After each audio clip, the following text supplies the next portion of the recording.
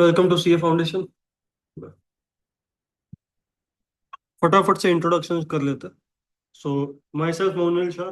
I have been in this teaching profession since last 10 years। पिछले 8 साल से मैं सीए फाउंडेशन में मैथ सब्जेक्ट पढ़ाता हूँ। एंड मजा आएगा पढ़ने में। सबसे पहले तो मेरे को ये बताओ, तीनों में से मैथ्स में डर कितनों को लगता है? नहीं समझ में आता है या कंटाला आता है, इंटरेस्ट नहीं है, डर लगता है आएगा नहीं आएगा? कोई भी नहीं? मैथ्स पसंद आता है? चलो बढ़िया है। देखो, मैथ्स है ना, it is not a difficult subject. उसमें सिंपली आपको वही चीज करनी है जो आप 10th तक करते आए। 10th तक मैथ्स पढ़ा था आप लोगों ने? ठीक है। किस हिसाब से पढ़ा था? रट्टा मारा था, सॉल्व किया था, लिख लिख के किया था, कैसे किया? मैथ्स 10th तक आपने कैसे किया? थोड़ा बहुत सॉल्व करके किया था। थोड़ा बहुत सॉल्व करके किया था, थोड़ा बहुत। याद रख लिया था। ओके। आपने? सर, प्रैक्टिस कर करके, वेरी नाइस। लिख लिख के किया था। एग्जैक्टली सेम चीज यहाँ पे करनी है। मैथ्स में आप जितनी ज्यादा रिटन प्रैक्टिस करोगे, जितनी ज्यादा सम सॉल्व करोगे ना, उतना ज्यादा कॉन्फिडेंस आएगा। अगर आप ऐसा सोचते हो कि मेरे को क्वेश्चन देख के उसका आंसर पता लग जाना चाहिए, तो वो मैथ्स में कभी नहीं होने वाला। ठीक है। You need to do every sum. And यहाँ पे आंसर लाना कोई बड़ी बात नहीं है। आंसर जब आपकी बुक में आएगा ना, तब आपके मार्क्स आएंगे। सो हमेशा कोई भी लेक्चर में एक ही चीज का टारगेट रखना, कि आप जब क्लास से बाहर निकलते हो ना, तो उस दिन में उस क्लास के अंदर कोई भी चीज करवाई हो, उसमें एटलीस्ट आपको कोई भी डाउट ना बचे। क्लास में कोई भी चीज नहीं समझ में आती है, आपको ऐसा लगता है कि मेरे को अभी भी कंफ्यूजन है, मेरे को वापस से समझना है, इमीडिएटली कोई भी चीज पूछो।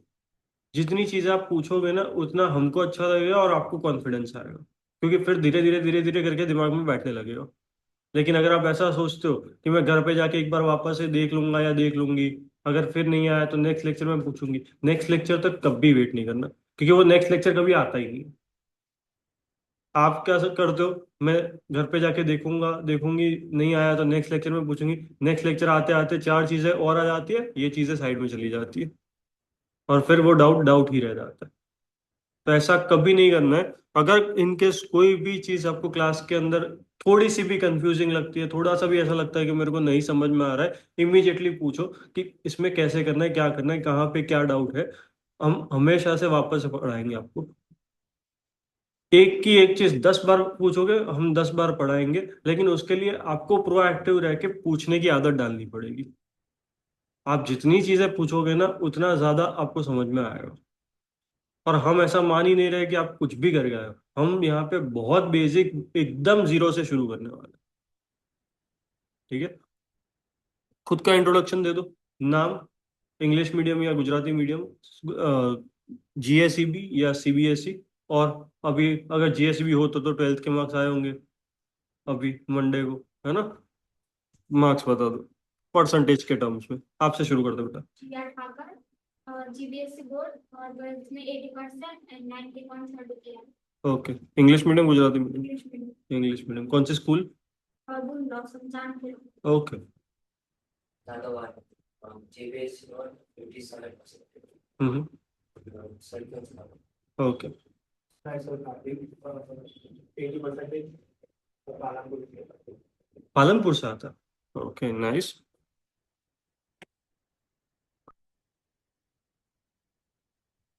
Sure. Today we are going to start with chapter number 1 of unit number 1, that is ratio and proportion.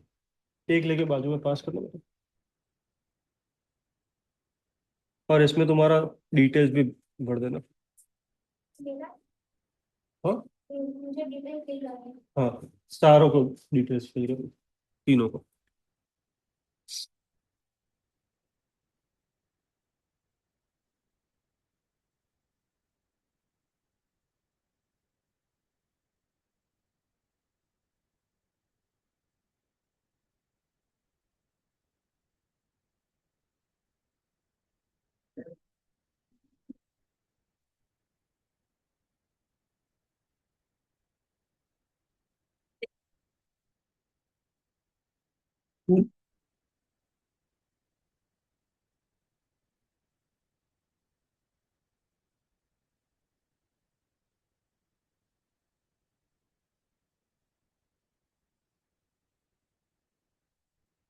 तो starting with chapter number 1, unit number 1, ratio and proportion.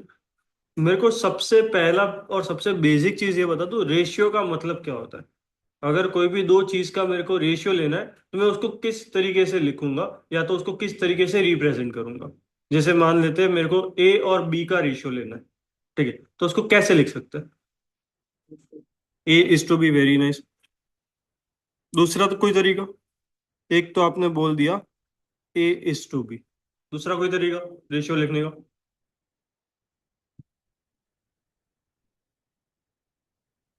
A is to B को दूसरे तरीके से कैसे लिख सकते हो।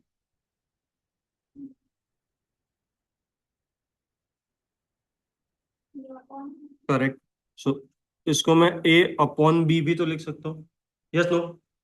सो A is to B किया तो उसका मतलब मैं ऐसा बोल सकता हूँ मैंने ए और बी का कंपैरिजन किया। बोल सकता हूँ नहीं बोल सकता। हाँ, देखो कैसे कंपैरिजन मैं आपको बता देता हूँ। ए इज टू बी का मतलब क्या होता है, ए और बी का हमने डिवीजन किया, यस नो। तो एक तो ये हो गया कि मैंने ए और बी का डिवीजन किया है, यस। दूसरा, मैंने यहाँ पे ए इज टू बी लिखा, इसका मैंने मतलब क्या बताया, ए और बी का कंपैरिजन किया है। कंपैरिजन किस हिसाब से किया कि मैंने दोनों का रेशियो ले लिया।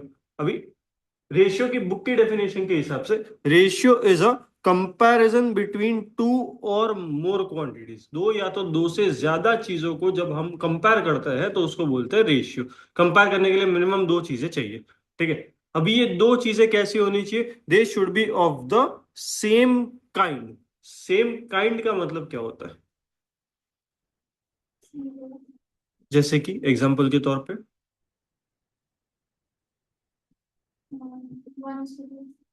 वो तो रेशियो आपने बोल दिया, मैं पूछ रहा हूँ सेम काइंड का मतलब क्या होता है। जैसे इंसान का कंपैरिजन हमेशा इंसान के साथ होता है, जानवर का कंपैरिजन हमेशा जानवर के साथ करोगे। तो कोई भी चीज का आप कंपैरिजन करते हो तो वो हमेशा सेम काइंड की होनी चाहिए, ठीक है। वॉट एवर, नंबर का कंपैरिजन नंबर के साथ कर सकते हो, अल्फाबेट्स का कंपैरिजन अल्फाबेट्स के साथ कर सकते हो, सिंबल्स का कंपैरिजन सिंबल के साथ कर सकते हो। जिन भी दो चीजों को आप कंपेयर करते हो वो दोनों चीजें एक तो सेम टाइप की होनी चाहिए। जैसे जैसे मान लो मैं दो इंसानों का कंपैरिजन करता हूँ, ठीक है। अभी दो इंसानों का कंपैरिजन अलग अलग बेस पे हो सकता है, जैसे एज का कंपैरिजन हो सकता है, वेट का कंपैरिजन हो सकता है, हाइट का कंपैरिजन हो सकता है। अगर मान लो, अगर मैं एक इंसान का वेट लेता हूं और दूसरे इंसान की हाइट लेता हूं तो क्या मैं उन दोनों चीजों को कंपेयर कर पाऊंगा।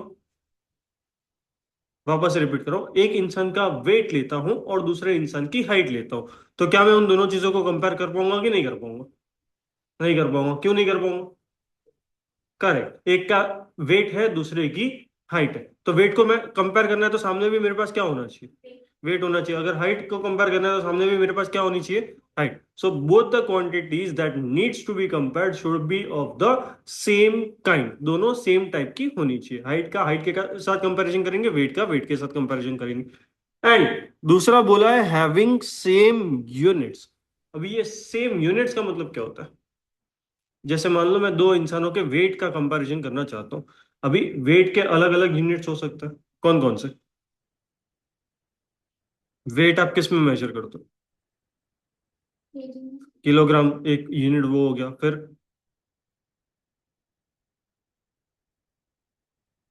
और भी तो यूनिट्स, ग्राम्स हो गया, किलोग्राम, ग्राम, पाउंड्स, टन्स, क्विंटल्स, ठीक है। सो वेट के अलग अलग यूनिट्स हो सकते हैं, लेकिन जब मैं रेशियो लेता हूं तो वो दोनों के दोनों यूनिट्स सेम होने चाहिए। मतलब अगर मैं एक का वेट किलोग्राम में लेता हूँ और दूसरे का वेट ग्राम में लेता हूँ तो क्या मैं उन दोनों चीजों को कंपेयर कर पाऊंगा, नहीं कर पाऊंगा। क्यों, क्योंकि दोनों की यूनिट कैसे हो गए, डिफरेंट हो गए। कंपल्सरीली मेरे को दोनों की यूनिट कैसे होनी चाहिए, सेम। तो अगर एक का वेट किलोग्राम में दिया हुआ है दूसरे का वेट ग्राम में दिया हुआ है तो सबसे पहले मेरे को क्या करना पड़ेगा, दोनों को सेम यूनिट बनाना करेक्ट, या है। तो किलोग्राम को ग्राम में कन्वर्ट करूंगा या तो ग्राम को किलोग्राम में। इन शॉर्ट, जब तक मेरे दोनों के दोनों यूनिट्स सेम नहीं आ जाते तब तक मैं उन दोनों का रेशियो ले सकता नहीं। समझ आ रहा है क्या बोल रहा हूँ।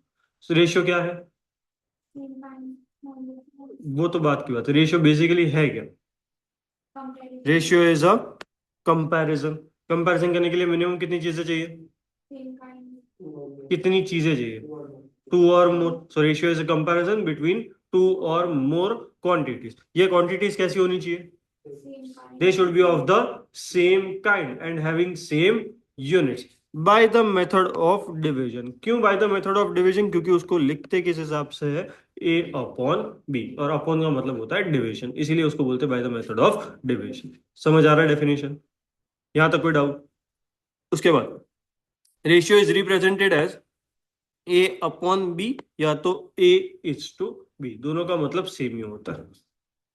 Here A is called as first term and it is also called as numerator or antecedent. Numerator आपको पता है, कोई भी रेशियो का ऊपर वाला टर्म होता है उसको बोलते हैं न्यूमरेटर, और न्यूमरेटर को रेशियो की लैंग्वेज में बोलते हैं एंटीसीडेंट. क्या बोलोगे?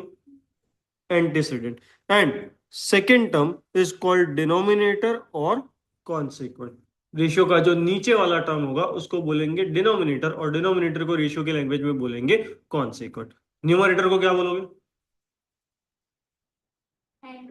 एंटीसीडेंट. डिनोमिनेटर को क्या बोलेंगे? कॉन्सिक्वेंट. समझ आ रहा है? Both the terms of the ratio can be multiplied और divided by the same term. इसका मतलब क्या होता है? अगर मान लो मेरे को एक रेशियो दिया हुआ है a upon B is equal to 2/3. ठीक है, एक कोई भी एक रैंडम रेशियो मैंने ले लिया, a upon B is equal to 2/3. अगर मैं ऊपर 2 से मल्टीप्लाई करता हूं तो उसको बैलेंस करने के लिए क्या करना पड़ेगा?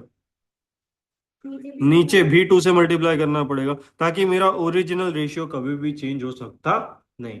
तो जिस भी टर्म से आप मल्टीप्लाई करोगे उसी टर्म से आपको क्या करना पड़ेगा? डिवाइड करना पड़ेगा. So both the terms of the ratio can be multiplied और divided by the same term, और वो टर्म हमेशा नॉन जीरो होना चाहिए. नॉन जीरो क्यों होना चाहिए? अगर मैं जीरो से मल्टीप्लाई करूंगा तो मेरा आंसर क्या हो जाएगा? जीरो हो जाएगा. और अगर मैं जीरो से डिवाइड करूंगा तो मेरा आंसर नहीं. वही आंसर होगा. नहीं, कोई भी चीज को मैं जीरो से डिवाइड करता हूं तो मेरा आंसर क्या आएगा?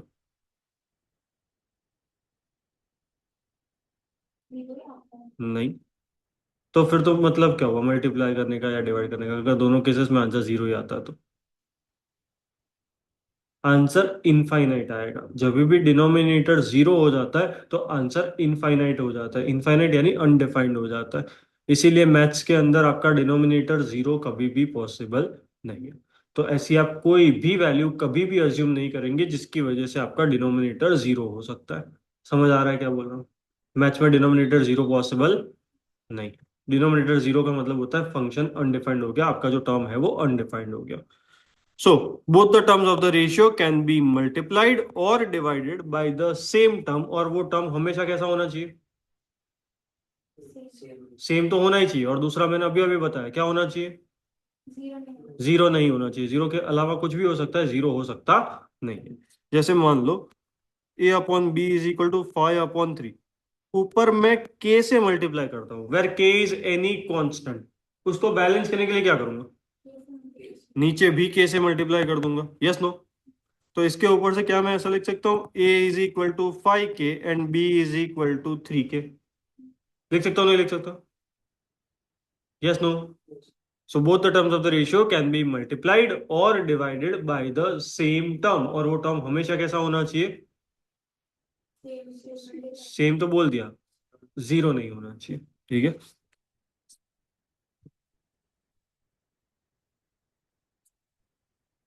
फिर important properties of ratio. Ratio is a fraction. Fraction का मतलब होता है जिसको भी आप अपॉन में लिखते हो, जैसे a अपॉन बी, तो a और b को फ्रैक्शन बोलता है.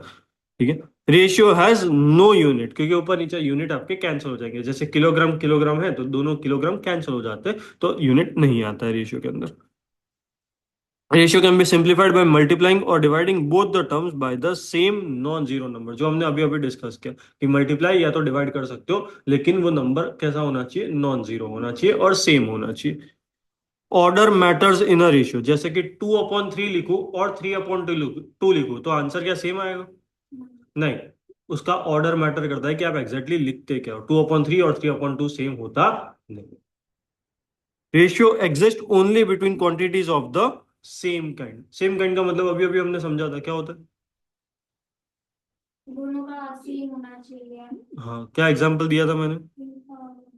जैसे 2 से डिवाइड कर इंटू कर रहे हैं तो नीचे भी 2 से नहीं, वो तो ऊपर, किलोग्राम है तो हाँ साइड में किलोग्राम में करेक्ट, किलोग्राम है तो सामने किलोग्राम में होना चाहिए, वेट का कंपैरिजन वेट के साथ होना चाहिए, हाइट का कंपैरिजन हाइट के साथ होना चाहिए, तो दोनों चीजें सेम टाइप की होनी चाहिए। और दूसरा सेम यूनिट्स होना चाहिए, जैसे हमने अभी डिस्कस किया, किलोग्राम का किलोग्राम के साथ ही रेशियो ले सकते हैं। First, the ratio of two quantities is 5:7। If the antecedent is 5, find its consequent. Antecedent का मतलब क्या होता है? Numerator numerator. अपने क्वेश्चन के हिसाब से न्यूमरेटर क्या होना चाहिए? 5 होना चाहिए। रेशियो देखो तो रेशियो में न्यूमरेटर कितना है? 5 ही है, मतलब जो होना चाहिए वही है आपका न्यूमरेटर। तब आपका डिनोमिनेटर क्या है? 7, तो इसका आंसर भी क्या आएगा? 7। हाँ हाँ, वो आप ही का प्रिंट आउट है, और सम सॉल्व भी उसी में करना। Next, the ratio of two quantities is 3:4। तो एक रेशियो दिया हुआ है जिसका वैल्यू है 3:4।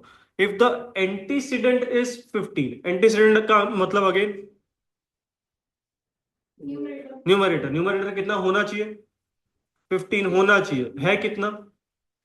3 है, तो 3 को मेरे को 15 बनाने के लिए क्या करना पड़ेगा? 5 से मल्टीप्लाई। तो ऊपर अगर मैं 5 से मल्टीप्लाई करता हूं तो उसको बैलेंस करने के लिए क्या करना पड़ेगा? नीचे भी 5 से मल्टीप्लाई करना पड़ेगा, तो ये हो जाएगा 15/20। तो जब मेरा न्यूमरेटर 15 है तब मेरा डिनोमिनेटर क्या है? 20। Next, what must be added to each term of the ratio 49/68? एक टर्म दिया हुआ है 49/68, उसमें आपको पूछा है कि मैं क्या चीजें क्या करनी पड़ेगी। क्वेश्चन में देखो आपको क्या करने को बोला है? 3:4 में तो लाना है, वो तो बात की बात है, लेकिन पहले स्टेटमेंट में आपको क्या दिखा? ऐड करना है। व्हाट मस्ट बी एडेड लिखा है, तो इन दोनों टर्म्स के अंदर मेरे को कोई चीज क्या करनी पड़ेगी?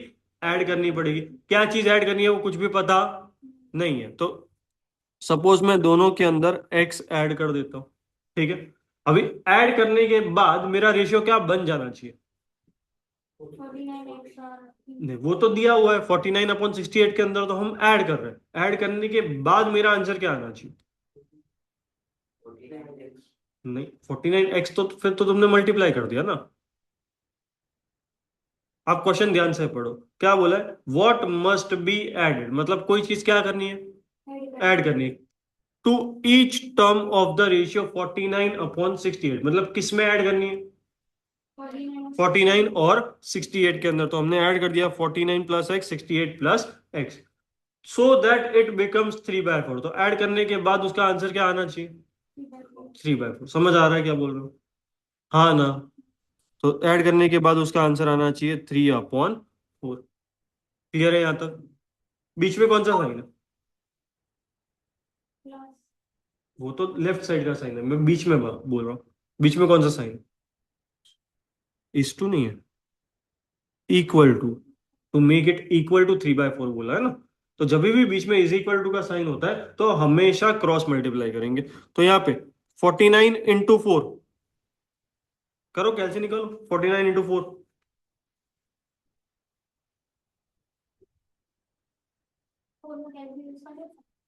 नहीं,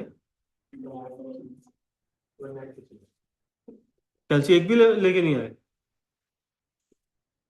नेक्स्ट लेक्चर से कैलसी लेके आना बेटा। 49/4 196 plus 4 x 4x is equal to 68/3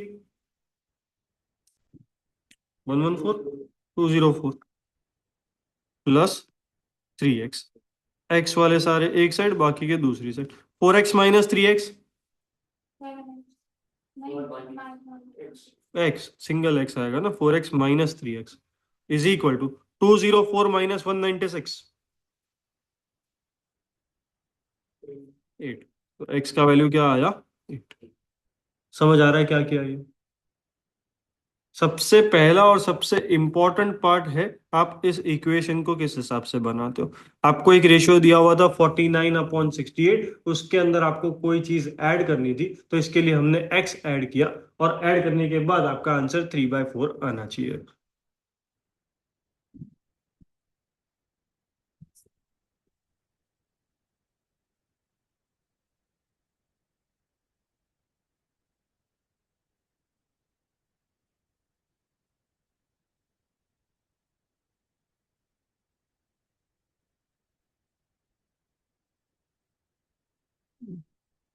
इस सम को हम हमेशा ट्रायल एंड एरर मेथड से भी कर सकते हैं। Trial and error method basically होता क्या है, ऑप्शन में से वैल्यूज ली, क्वेश्चन के अंदर रख दी और चेक किया कि लेफ्ट हैंड साइड और राइट हैंड साइड मेरा सेम आता है कि नहीं आता है। जैसे इस केस के अंदर हमने ये रेशियो बना दिया था, इक्वेशन बना दिया था, हमारा एक्स का आंसर कितना आया, 8 आया। अभी 8 में सब्सटीट्यूट करके चेक करता हूँ कि क्या मेरा आंसर 3/4 आ रहा है कि नहीं आ रहा है। तो यहाँ पे 49 + 8 करो तो कितना आ रहा है, 49 + 8 57 डिवाइडेड बाय 68 + 8 76। अभी चेक करो दोनों किस टर्म से डिवाइड हो रहे हैं, शायद 13 या 14 से डिवाइड होने चाहिए, 19 से हो गए, 19 से चेक करो, 57 डिवाइड बाय 19 कर, तो 19 × 3 और 76 डिवाइड बाय 19 कर 4। तो यहाँ पे देखो 3:4 आ गया, यस नो। आपका क्वेश्चन के हिसाब से भी मेरा आंसर क्या आना चाहिए था, 3:4। कौन सी ऑप्शन में वैल्यू सब्स्टिट्यूट करने पे मेरा आंसर 3:4 आया, 8। 8। तो इसीलिए मेरा ऑप्शन क्या आएगा, 8। सो बेसिकली इसको बोलते हैं trial and error method. Trial and error method, ये तो मेरे को पता था कि इसका आंसर 8 आ रहा है क्योंकि हमने कैलकुलेट करके चेक कर लिया था, इसीलिए मैंने सीधा 8 ही लेके कैलकुलेट करके बता दिया आपको। बाकी ट्रायल एंड एरर मेथड में क्या होता है, आप हर एक ऑप्शन रख के ट्राई करोगे। पहले मैं मान लो 3 रखता हूँ तो 49 + 3 52 आएगा, और 68 + 3 आएगा 71। 52/71 करोगे वो 3/4 के साथ मैच नहीं करेगा, तो इसीलिए मैच नहीं किया तो ऑप्शन ए आंसर नहीं आएगा। सेम केस आप करोगे ऑप्शन बी के अंदर, उसमें भी आंसर मैच नहीं करेगा। फिर आप आओगे ऑप्शन सी के अंदर, अगर सी के अंदर आंसर मैच कर गया तो आप सी टिक कर दोगे। समझ आ रहा है क्या बोल रहा हूँ, यस नो, इसमें कोई डाउट। फिर ये बहुत सिंपल है, recurring decimal 2.7777 can be expressed as dash. कभी भी ऐसा क्वेश्चन आए हमेशा ऑप्शन को डिवाइड कर लो। सबसे पहले चेक कर, 24/9 क्या आ रहा है, 2.6666। क्या मैच कर रहा है अपने क्वेश्चन के साथ, नहीं कर रहा है, तो ऑप्शन ए नहीं है। ऑप्शन बी 2.42 4444, ये भी मैच कर रहा नहीं है। Option C 26/9 that is equal to 2.8888, ये भी नहीं मैच कर रहा है, तो एक ही ऑप्शन बचा, ऑप्शन डी। ऑप्शन डी में चेक कर, मैच कर रहा है, so option D will be your correct answer.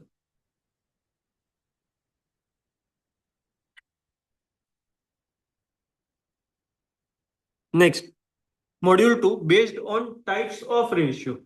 Types of ratio में ना बहुत सारे टाइप के रेशियोज हैं, आपको सिर्फ और सिर्फ दोनों का कंटेंट याद रखना है, बाकी कुछ भी याद रखने की जरूरत नहीं। नाम याद रखोगे आपको अंदर का कंटेंट ऑटोमेटिकली याद रह जाएगा।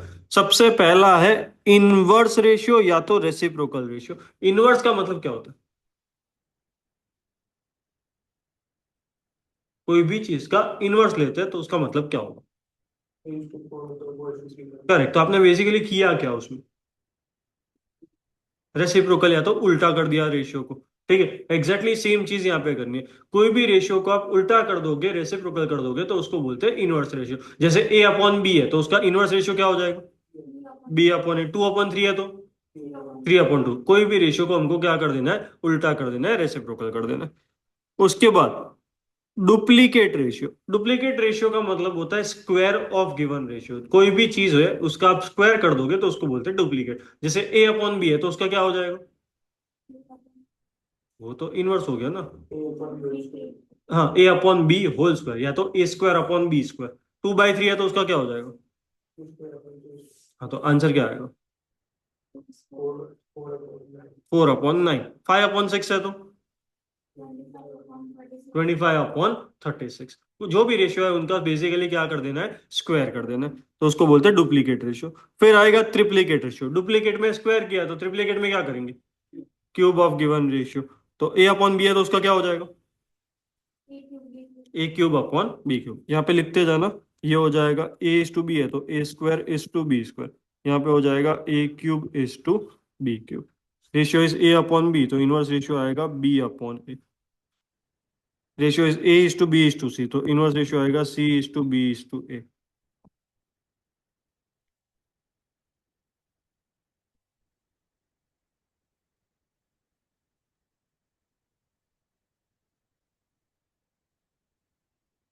डुप्लीकेट में स्क्वायर किया, ट्रिप्लीकेट में क्यूब किया, तो सब डुप्लीकेट रेशियो में क्या करेंगे, square root of given ratio.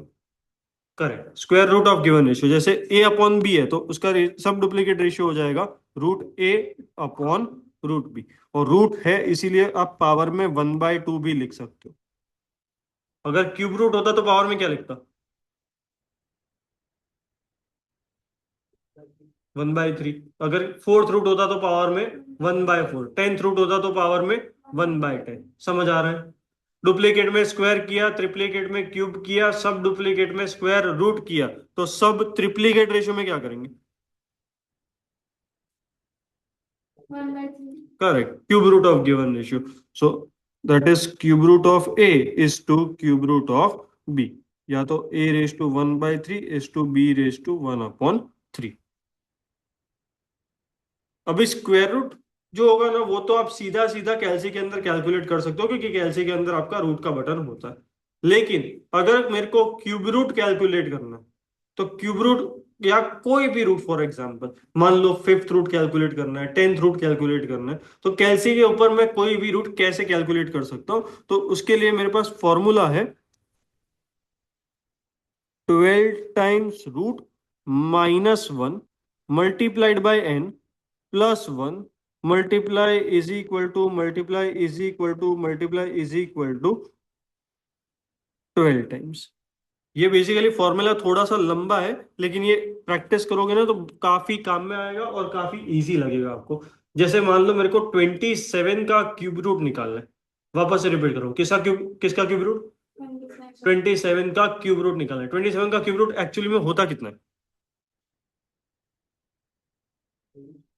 कितना होता है, 3 होगा, क्योंकि 3 का क्यूब 27 आता है, तो 27 का क्यूब रूट कितना आना चाहिए, 3 आना चाहिए। अभी ये फॉर्मूला अप्लाई करके चेक करेंगे कि क्या 3 आ रहा है कि नहीं आ रहा है। सबसे पहले कैलसी के अंदर 27 टाइप करो, किया टाइप। उसके बाद देखो फॉर्मूला में सबसे पहला स्टेप क्या लिखा है, 12 टाइम्स रूट, तो रूट का जो भी बटन है उसको 12 बारी प्रेस करोगे।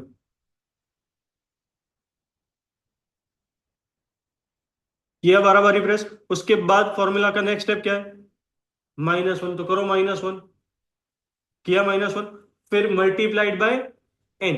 एन का मतलब होता है पावर, अभी मेरे को चाहिए क्यूब रूट, तो क्यूब रूट का मतलब पावर में क्या आएगा,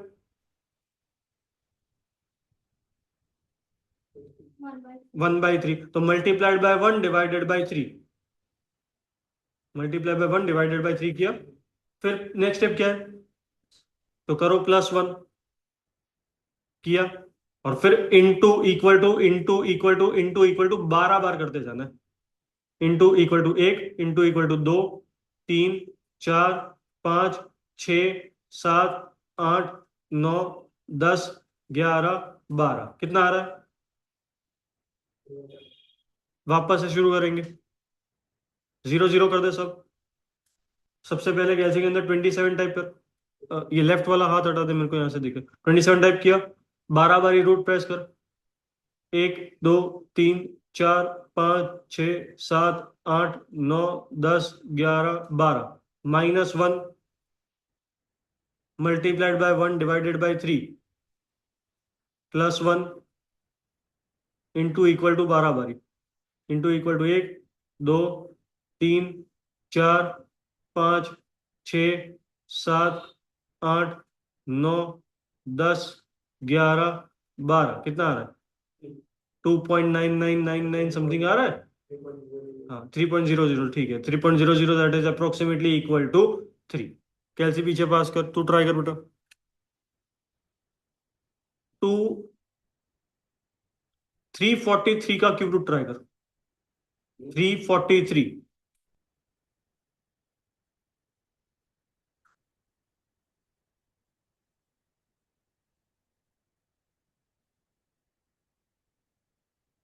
आप दोनों तब तक फॉर्मूला लिख लेना।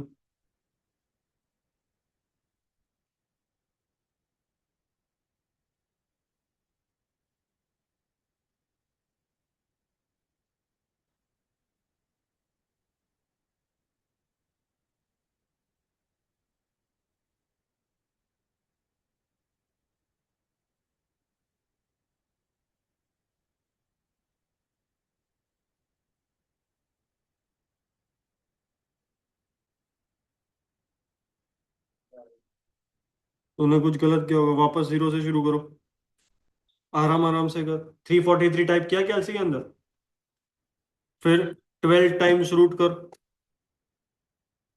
रूट का बटन 12 बारी प्रेस कर। किया? -1 इंटू 1/3 इंटू n है, इसीलिए 1/3, क्योंकि क्यूब रूट चाहिए।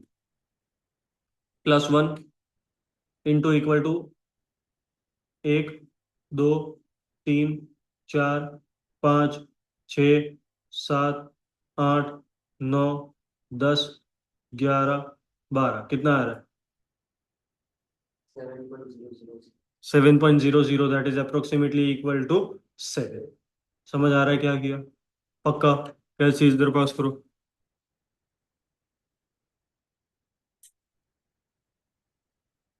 Yeah.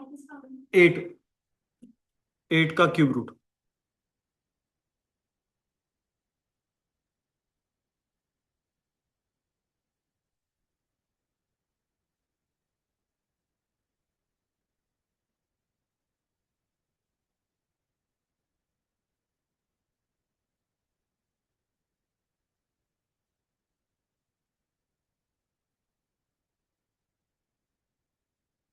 तूने +1 नहीं किया, जीरो से शुरू करो।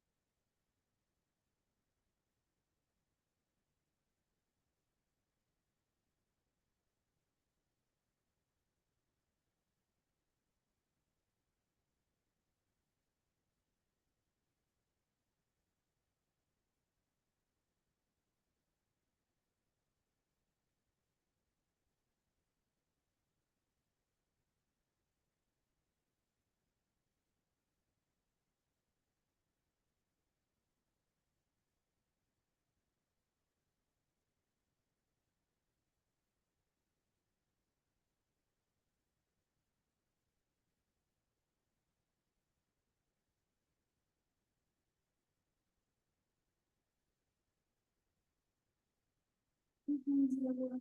2.00, that is approximately equal to 2। तो इस फॉर्मूला के ऊपर से आप कोई भी चीज का कोई भी रूट निकाल सकते हो। फर्क कहाँ पे आएगा? सिर्फ ये n की वैल्यू में फर्क आएगा। जैसे क्यूब रूट है तो हमने n का वैल्यू क्या लिया था? 1/3। अगर फिफ्थ रूट होता तो मैं n का वैल्यू क्या लेता? 1/5। 10th रूट होता तो मैं n का वैल्यू क्या लेता? 1/10। समझ आ रहा है क्या बोल रहा हूँ? जो भी पावर होगा वही आपका n का वैल्यू आएगा। क्यूब रूट में हमारा पावर 1/3 होता है, इसीलिए मेरे n का वैल्यू 1/3 आता है। अगर अगर मेरे पास फिफ्थ रूट होता तो पावर 1/5 आता है, इसीलिए n का वैल्यू क्या लेता? 1/5। समझ आ रहा है ये? इसमें कोई डाउट? सबसे पहला टाइप ऑफ रेशियो कौन सा था? Inverse ratio. उसमें क्या किया? रेसिप्रोकल उल्टा कर दिया। फिर डुप्लीकेट। डुप्लीकेट में क्या किया? स्क्वायर। फिर ट्रिप्लीकेट, उसमें क्या किया? क्यूब। फिर सब डुप्लीकेट, उसमें क्या करेंगे? Square root. और फिर सब ट्रिप्लीकेट, उसमें क्या करेंगे? Cube root. Cube root. Cube करते हैं तो ट्रिप्लीकेट बोलते हैं, क्यूब रूट करेंगे तो सब ट्रिप्लीकेट बोलेंगे। फिर कमेंसुरेबल ratio. Commensurable ratio is when both the numbers are perfect square and their squares roots give a rational ratio। सबसे पहले तो रैशनल रेशियो का मतलब क्या होता है? पॉइंट के बाद अगर मैं नंबर ऑफ डिजिट को कैलकुलेट कर सकता हूं तो नंबर रैशनल है, अगर नहीं कर सकता तो नंबर इरैशनल है। जैसे मान लेते हैं 2.718 डिवाइडेड बाई 2.23। न्यूमरेटर में देखो पॉइंट के बाद कितने डिजिट्स है? न्यूमरेटर में 7.0 मतलब पॉइंट के बाद कितने डिजिट्स है? 8 पॉइंट के बाद कितने डिजिट्स है? 7, नंबर ऑफ डिजिट पूछ रहा हूं मैं। 2, 718 कितने हुए? 3, हाँ, तो पॉइंट के बाद कितने डिजिट्स हो गए? 3। सेम वे डिनोमिनेटर में पॉइंट के बाद कितने डिजिट्स है? 2, 2। तो दोनों जगह पे पॉइंट के बाद मैं नंबर ऑफ डिजिट को काउंट कर सकता हूं कि नहीं कर सकता? कर सकते हैं। तो कभी भी अगर आप नंबर ऑफ डिजिट को काउंट कर सकते हैं तो नंबर को कहलाएगा रैशनल। और अगर मैं ऐसा लिखूं 2.718 dot dot dot dot dot, तो पॉइंट के बाद कितने डिजिट्स हो गए? infinite, इनफाइनाइट, मतलब मैं काउंट कर सकता नहीं। और अगर मैं काउंट नहीं कर सकता तो उसको बोलेंगे इर्रेशनल नंबर। समझ आ रहा है क्या बोल रहा हूँ? पॉइंट के बाद काउंट कर सकते हो तो नंबर कैसा? रैशनल। नहीं कर सकते तो नंबर कैसा? इरैशनल। रैशनल का रेशियो लूंगा तो उसको बोलेंगे कमेंसुरेबल, इरैशनल का रेशियो लूंगा तो उसको बोलेंगे इनकमेंसुरेबल। क्लियर है यहाँ पे? हाँ, ये 718 है तो 7 थोड़ी हो जाएगी। वो राउंड ऑफ करते हैं लेकिन प्रैक्टिकली तो वो 718 है। ठीक है। रैशनल नंबर का रेशियो लेते हैं तो उसको क्या बोलेंगे? कमेंसुरेबल। इरैशनल नंबर का रेशियो लेंगे तो उसको क्या बोलेंगे? इनकमेंसुरेबल। यहाँ तक क्लियर है? उसके बाद आएगा कंटिन्यूड रेशियो। अभी तक हमने जितने भी रेशियोज देखे उसमें हमने कितनी क्वांटिटीज को कंपेयर किया था? अभी तक हमने जितने भी रेशियोज ऊपर देखे उसमें हमने कितनी क्वांटिटीज ली थी? 2 क्वांटिटी, ए और बी ली थी। ठीक है। यहाँ पे 2 से ज्यादा क्वांटिटीज का कंपैरिजन। रेशियो इन्वॉल्विंग 3 और मोर terms is called continued ratio.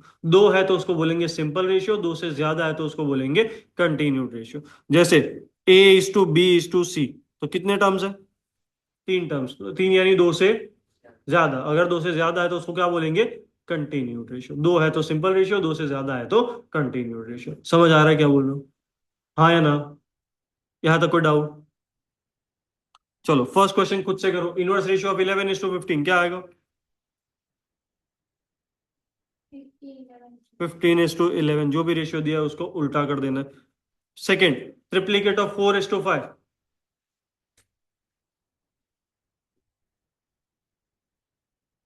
Triplicate में क्या करेंगे? हाँ, तो 4 का क्यूब कितना आता है? 64। और 5 का क्यूब कितना आएगा? तो आंसर क्या आएगा? 120, बी। Third, duplicate of 3:4।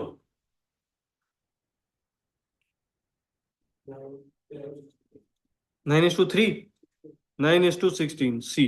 क्योंकि 3 का स्क्वायर 9 आएगा, 4 का स्क्वायर 16 आएगा। Fourth, triplicate of 2:3।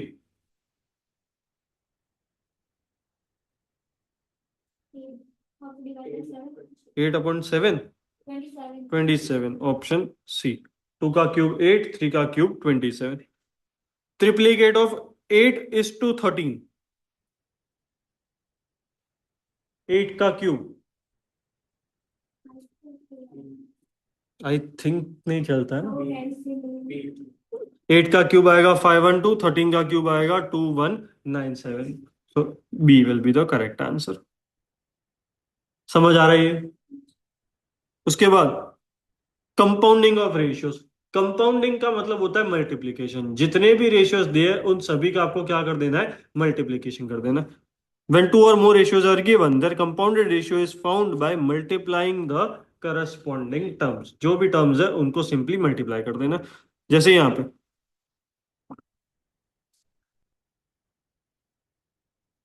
आपको पूछा है 2:3 एंड 5:7, तो सिंपल हमने क्या कर दिया? न्यूमरेटर को न्यूमरेटर के साथ मल्टीप्लाई कर दिया, डिनोमिनेटर को डिनोमिनेटर के साथ। तो 2 × 5 that is equal to 10 and 3 × 7 that is equal to 21। जो भी रेशियो दिए उन सभी को मल्टीप्लाई कर देना।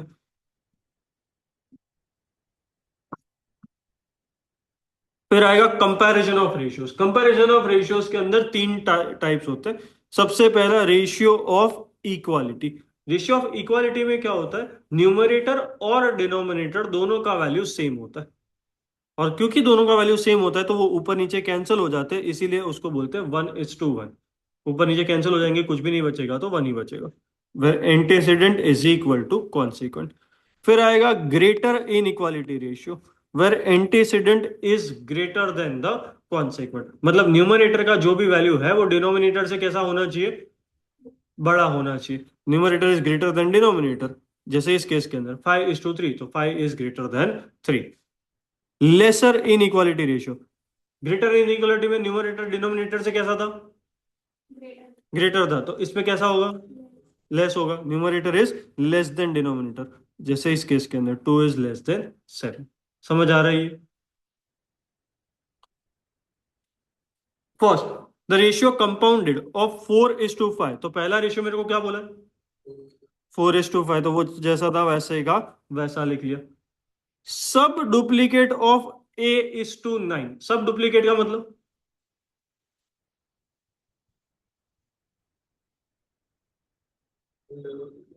सब डुप्लीकेट का मतलब, तो A का अंडर रूट आएगा √A डिवाइडेड बाय 9, 9 का रूट निकालो तो कितना आएगा, 3। तो सेकेंड रेशियो मेरा हो गया √A डिवाइडेड बाय 3। इसका कंपाउंडेड बोला है, कंपाउंडेड का मतलब होगा इन दोनों का मल्टीप्लीकेशन, और मल्टीप्लीकेशन करने पे मेरा आंसर कितना आना चाहिए, तो इज इक्वल टू 8/15। समझ आ रहा है क्या किया मैंने। वापस। देखो, पहला रेशियो मेरे को बोला हुआ था 4:5, जैसा था वैसे का वैसा लिख लिया। फिर मेरे को बोला था सब डुप्लीकेट ऑफ A:9, सब डुप्लीकेट का मतलब होता है रूट, तो मैंने A का रूट निकाला √A और 9 का √3, और इन दोनों का मेरे को बोला था कंपाउंडेड, कंपाउंडेड का मतलब होगा मल्टीप्लीकेशन, तो दोनों का मल्टीप्लीकेशन कर दिया, और मल्टीप्लीकेशन करने पे मेरे को आंसर बोला था 8:15, तो मैंने लिखा इज इक्वल टू 8/15। समझ आ रहा है क्या किया। अभी इसको कैलकुलेट करते हैं, तो 4 × √A that is equal to 4 √A divided by ये 5 × 3 15 इज इक्वल टू 8/15। 15 15 तो सामने सामने कैंसिल हो जाएगा, तो √A that is equal to ये 4 नीचे चला जाएगा, तो 8/4 2। अगर √A इज इक्वल टू 2 है तो मेरा A का वैल्यू क्या आएगा,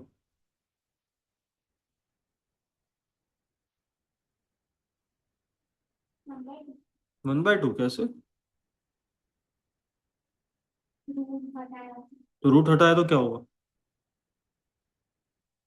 रूट कैसे हटाते पहले ये बताओ।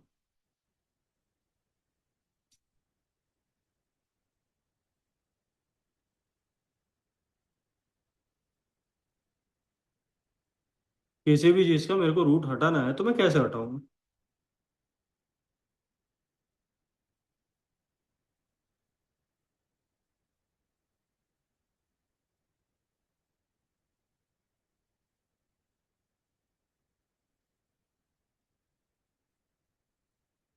चलो ट्राई तो करो।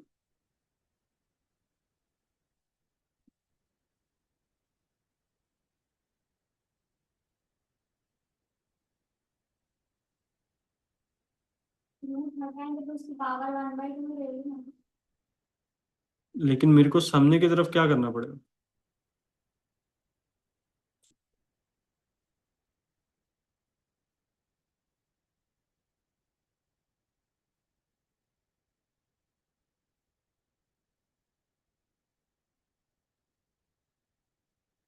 कभी भी रूट हटाते हैं तो हमेशा स्क्वायर हो जाता है सामने की तरफ, तभी रूट हटेगा, वरना तो रूट हटेगा नहीं। कैसे मैं समझाता हूँ, √A इज इक्वल टू 2 था, √A को मैं इस तरीके से लिख सकता हूँ A⁻1/2 is equal to 2।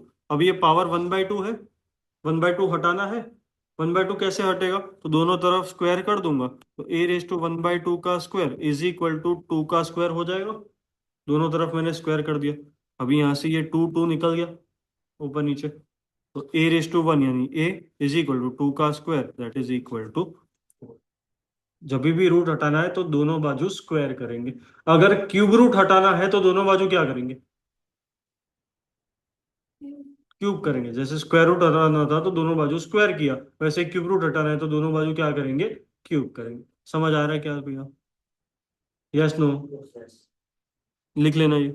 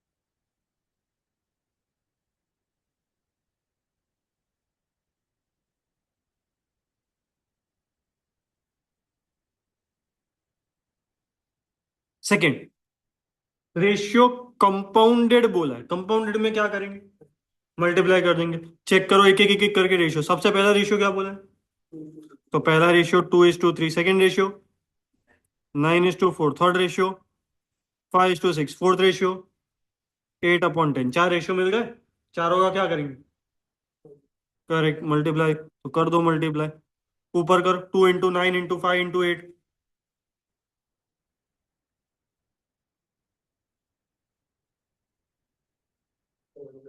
7/720 divided by, नीचे कर 3 × 4 × 6 × 10, 720, 720/720 क्या आंसर आएगा, 1:1।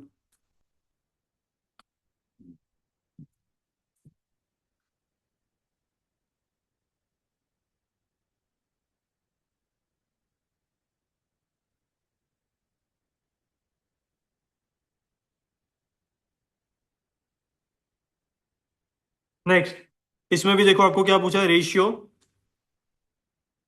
कंपाउंडेड, तो इसमें भी क्या करेंगे, इंटू करेंगे। पहला रेशियो क्या है, 4:9, तो पहला 4:9 जैसा था वैसे का वैसा लिख लिया। सेकंड में आपको बोला है duplicate ratio of 3:4, duplicate of 3:4, हाँ तो करो।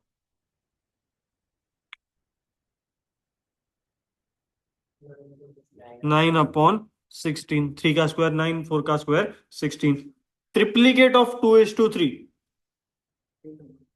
8/27 एंड 9:7। अभी देखो 9:7 के आगे डुप्लीकेट ट्रिप्लीकेट कुछ भी लिखा हुआ नहीं है, तो वो 9:7 जैसा था वैसे का वैसा छोड़ देंगे। समझ आ रहा है क्या किया, चार रेशियोज मिल गए, चारों का क्या करेंगे, इनटू कर देंगे। तो चेक करो, 4 4 × 16, 4 2 × 8, 9 3 × 27, 9 ऊपर नीचे कैंसिल, ऊपर क्या बचा, 2, नीचे क्या बचा, सिर्फ 3। हाँ, 3 × 7 that will be equal to 21, so your answer will be 2/20। इन सबको इंटू करके फिर डिवाइड भी कर सकते हैं, डिवाइड किससे करेंगे, मतलब वो जैसे हाँ ऊपर जैसे किया ऊपर किया वैसे, न्यूमरेटर को मल्टीप्लाई करो, डिनोमिनेटर को मल्टीप्लाई करो, और फिर दोनों को डिवाइड कर दो।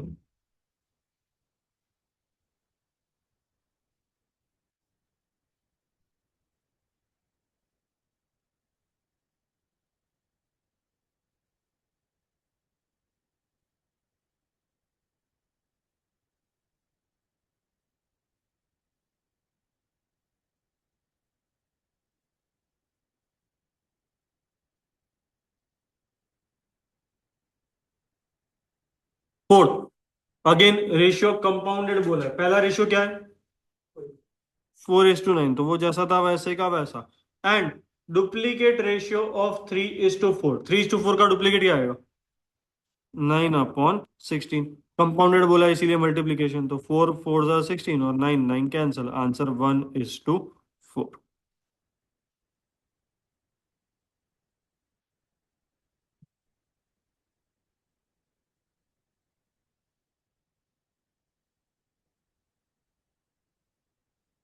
Fifth, find three numbers in the ratio 1:2:3। तो पहली कंडीशन है कि आपका रेशियो क्या होना चाहिए, 1:2:3, and sum of their squares is equal to 504। Sum of their squares का मतलब स्क्वायर्स करने हैं, और उसके बाद उसका क्या करना है, 504 आना चाहिए, क्या 504 आना चाहिए, स्क्वायर का आंसर, स्क्वायर का क्या, मल्टीप्लीकेशन का आंसर, सब्ट्रैक्शन का आंसर, एडिशन का आंसर, क्या मल्टीप्लीकेशन का। क्वेश्चन में देखो क्या बोला है,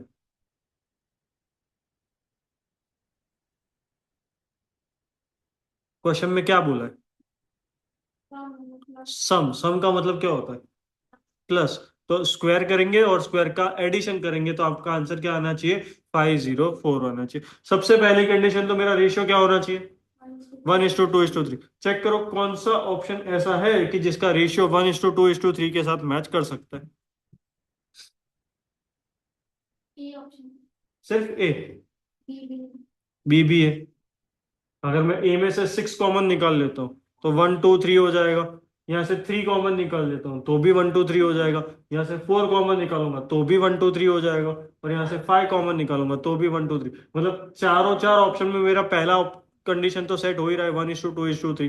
तो पहली कंडीशन के ऊपर से तो मेरे को कुछ भी पता लग रहा नहीं है। अभी second condition, sum of their squares, मतलब पहले स्क्वायर करेंगे उसके बाद उसका क्या करेंगे, एडिशन। स्क्वायर करो, 6 का स्क्वायर, 6 का स्क्वायर 36, 12 का स्क्वायर 144 एंड 18 का स्क्वायर 324। तीनों को ऐड करो तो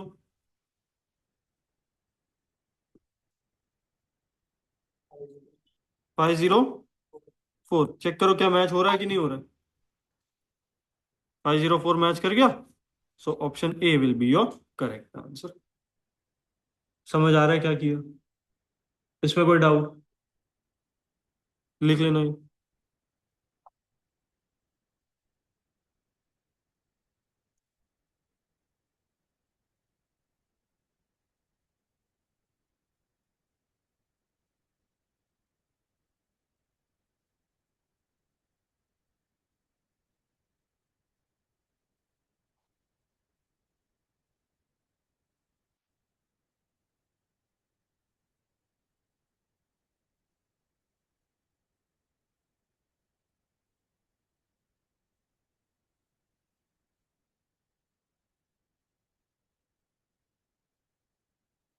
नेक्स्ट देखो, based on value of expression in the ratio. इसका मतलब क्या होता है, कोई भी सम जिसमें आपको रेशियो दिया हो और रेशियो पूछा हो तो आप सीधा सीधा वैल्यूज रख दोगे। जैसे इस केस के अंदर मेरे को ए और बी का रेशियो दिया हुआ था 1 और 2, है ना। और मेरे को एक रेशियो पूछा है 3a+2b डिवाइडेड बाई a+2b। तो रेशियो दिया भी है और रेशियो पूछा भी है, तो मैं सीधा सीधा क्या करूंगा, ए का वैल्यू क्या रखूंगा 1 और बी का वैल्यू क्या रखूंगा 2। तो वहां पे देखो मैंने ए का वैल्यू 1 रख दिया, बी का वैल्यू 2 रख दिया। समझ आ रहा है क्या किया, श्योर। ये नीचे वाले सारे के सारे एमसीक्यूज उसी तरीके से। पहले केस में मैं पी का वैल्यू क्या रखूंगा -2, क्यू का वैल्यू 3। सेकेंड केस के अंदर ए का वैल्यू 3, बी का वैल्यू 4। थर्ड केस के अंदर पी का वैल्यू 2, क्यू का वैल्यू 3, एक्स का वैल्यू 4 और वाई का वैल्यू 5। पहले तीन करो, आंसर बताओ फटाफट।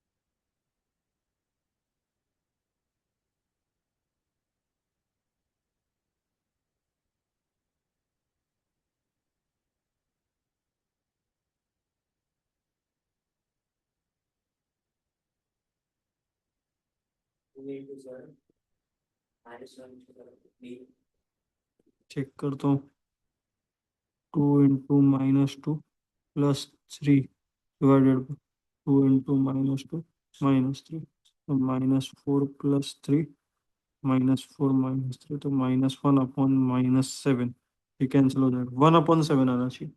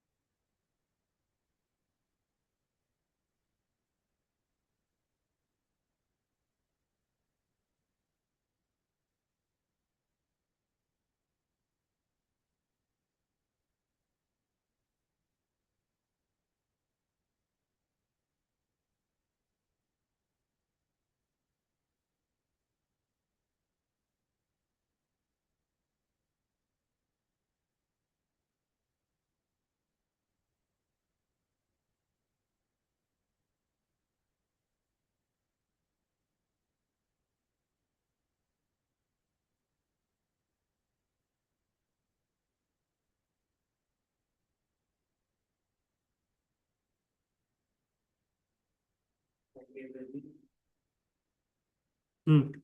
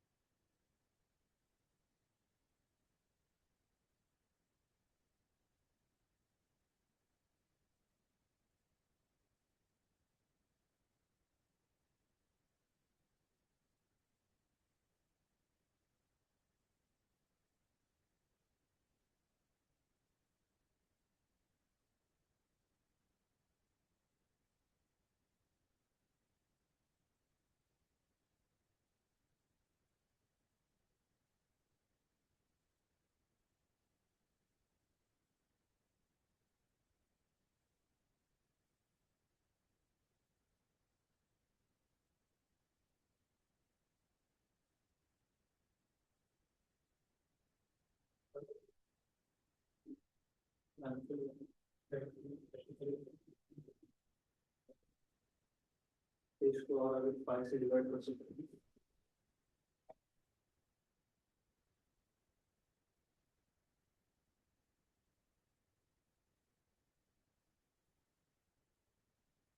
तो वैल्यूएशन कुछ तो गलत नहीं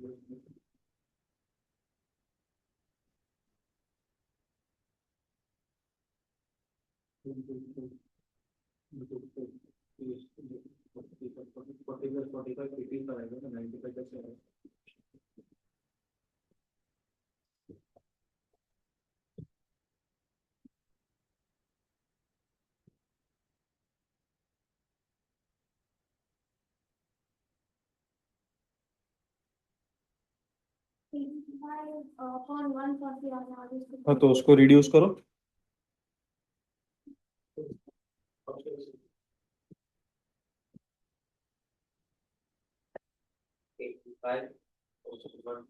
उसको आगे करो सिंपलीफाई.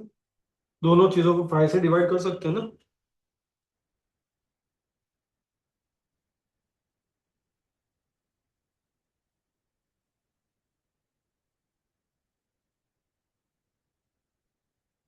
एटी फाइव और 140 दोनों को 5 से डिवाइड कर सकते हैं. कैलसी दे उसको.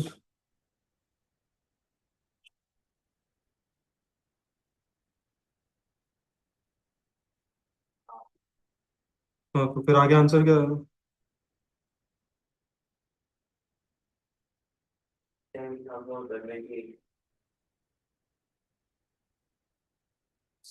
हम्म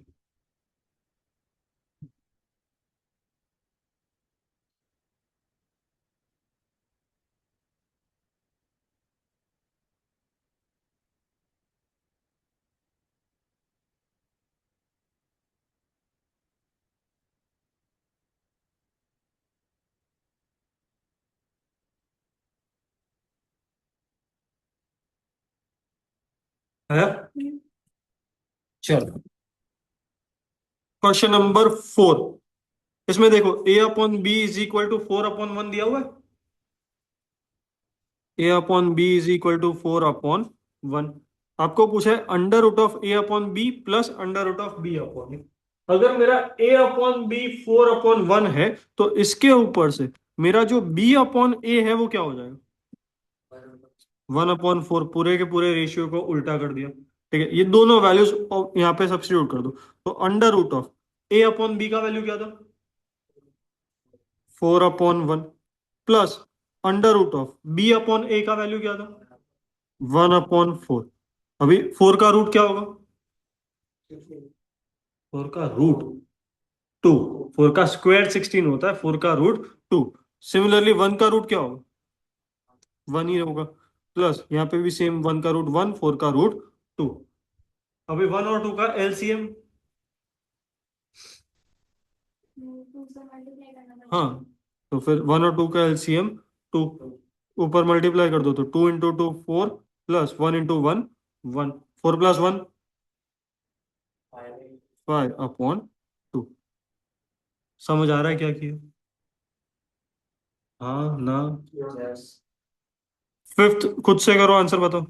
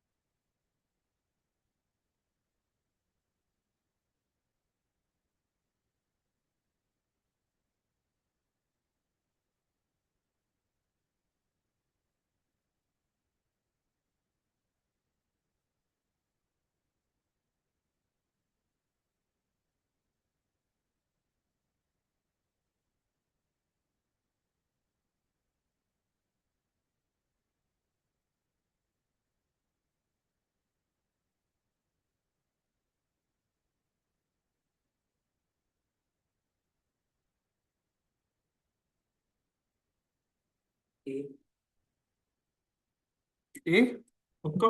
बाकी के लोग वेरीफाई करना।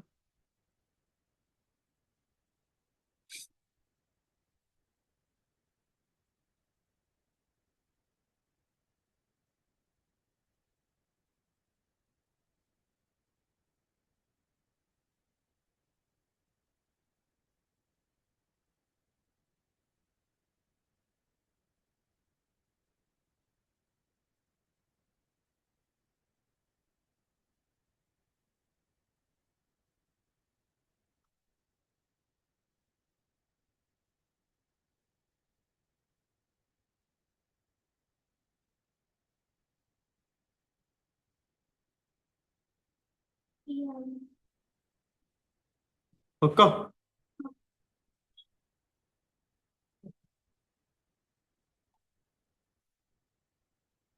आपका ए आ रहा है बेटा? Option A. सिक्स्थ करो।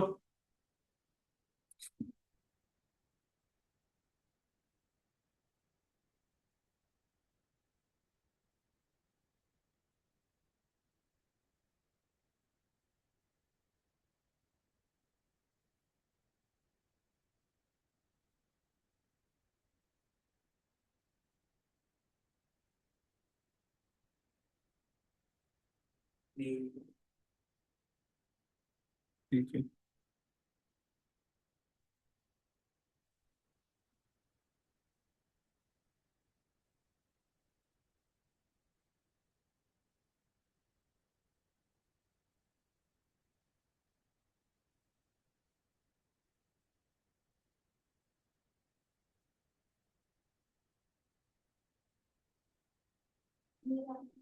हम्म। आ रहा है भी।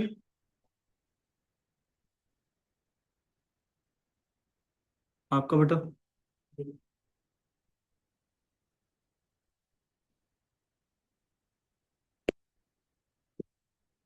Option B.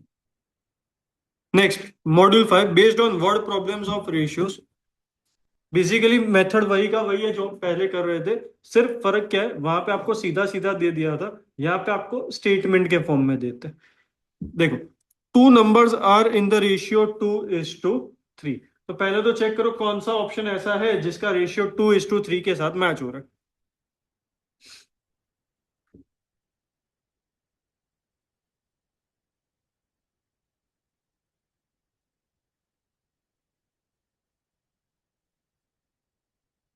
कौन सा रेशियो ऐसा है जिसका रेशियो 2:3 के,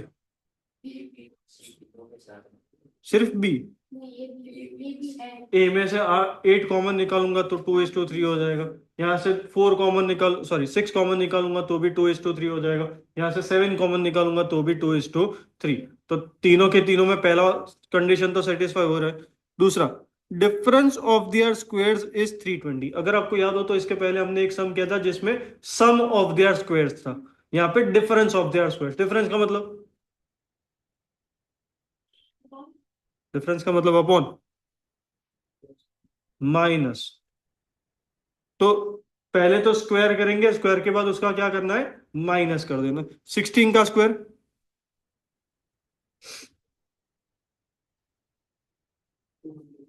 तो 16 का स्क्वायर आ गया 256। और 24 का स्क्वायर 576। इन दोनों को माइनस करेंगे। माइनस में हमेशा बड़े नंबर में से छोटा नंबर सब्ट्रैक्ट होता है क्योंकि डिफरेंस बोला है। ठीक है, तो 576 माइनस 256, 320। चेक करो क्या ऑप्शन के साथ मैच हो रहा है, क्वेश्चन के साथ मैच हो गया। So option A will be your correct answer. समझ आ रहा है क्या किया।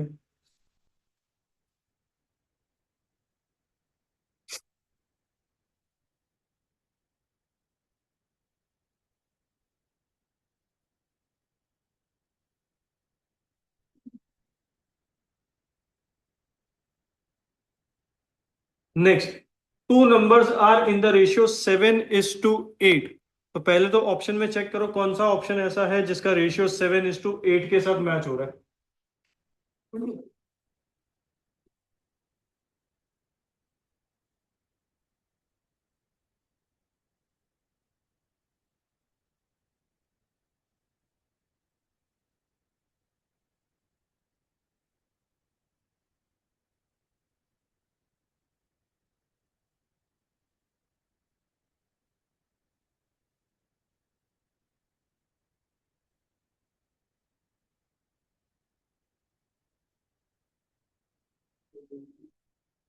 ए बी सी तीनों, बी में कैसे 7:8 के साथ मैच होगा।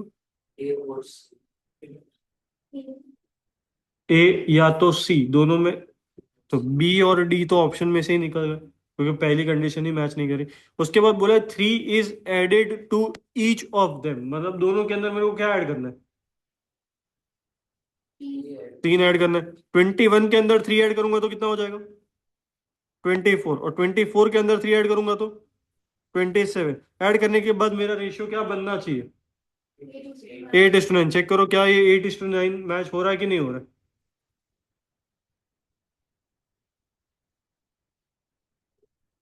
कैसे होगा और कैसे नहीं होगा, कैसे, सॉरी वापस से बोल।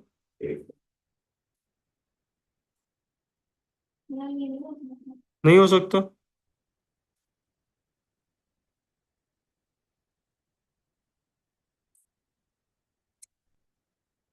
24/27 करो कितना आ रहा है,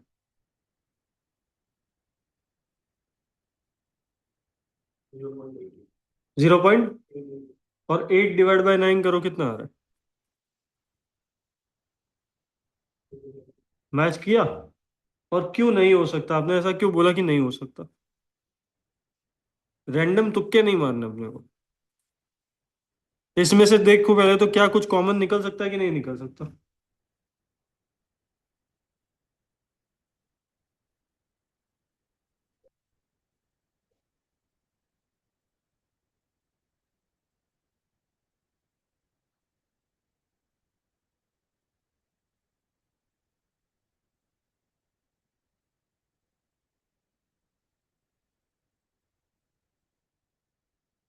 24 और 27 में से क्या कुछ कॉमन निकल सकता है कि नहीं निकल सकता?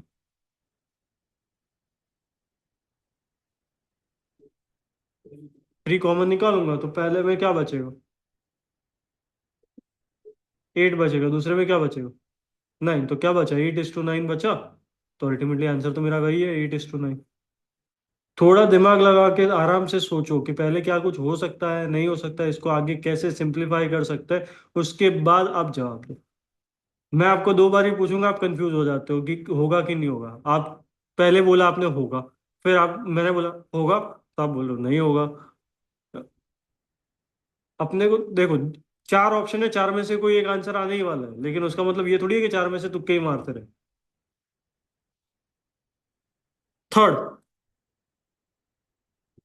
Anand earns 80 in 7 hours and Pramod earns 90 in 12 hours. Find the ratio of their earnings. अभी यहाँ पे ध्यान देना, एक इंसान 7 घंटे काम कर रहा है, दूसरा इंसान कितने घंटे काम कर रहा है? 12 घंटे। दोनों के नंबर ऑफ आवर्स कैसे? सेम है कि अलग अलग है? सेम है कि अलग अलग है? अलग अलग है। एक 7 घंटा काम कर रहा है, दूसरा 12 घंटे काम कर रहा है। रेशियो की डेफिनेशन के हिसाब से मेरा जो यूनिट है वो हमेशा कैसा होना चाहिए? सेम होना चाहिए, लेकिन यहाँ पे तो यूनिट सेम नहीं है, तो पहले मेरे को यूनिट सेम करना पड़ेगा। कैसे करूंगा ध्यान देना। आनंद, प्रमोद। आनंद के लिए बोला है 80 रुपीज कमा रहा है कितने घंटे के अंदर? 7 आवर्स के अंदर। प्रमोद के लिए बोला है 90 रुपीज कमा रहा है कितने घंटे के अंदर? 12 आवर्स। Yes no? 7 घंटे के अंदर 80 रुपए, तो 1 घंटे के अंदर कितना? एंड 12 घंटे के अंदर 90 रुपए, तो 1 घंटे के अंदर कितना? समझ आ रहा है क्या किया? तो अभी आनंद का अर्निंग क्रॉस मल्टीप्लाई करूंगा तो 1 into 80, 80 divided by 7 rupees per hour. And same way Pramod का अर्निंग कितना आएगा? 90 divided by 12 rupees per hour.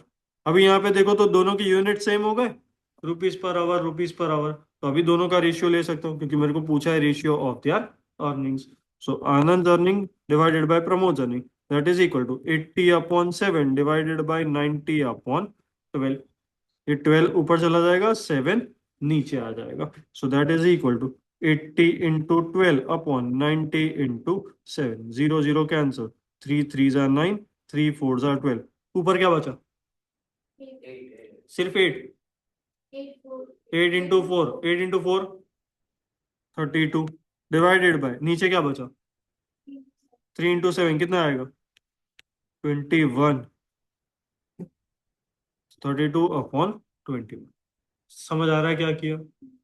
इसमें सिर्फ दिमाग इतना लगाना था कि क्योंकि नंबर ऑफ आवर्स अलग अलग है, तो सबसे पहले दोनों को मैं पर आवर में कन्वर्ट कर दूंगा, और एक बार पर आवर में कन्वर्ट कर दिया उसके बाद सीधा सीधा हमने रेशियो ले लिया।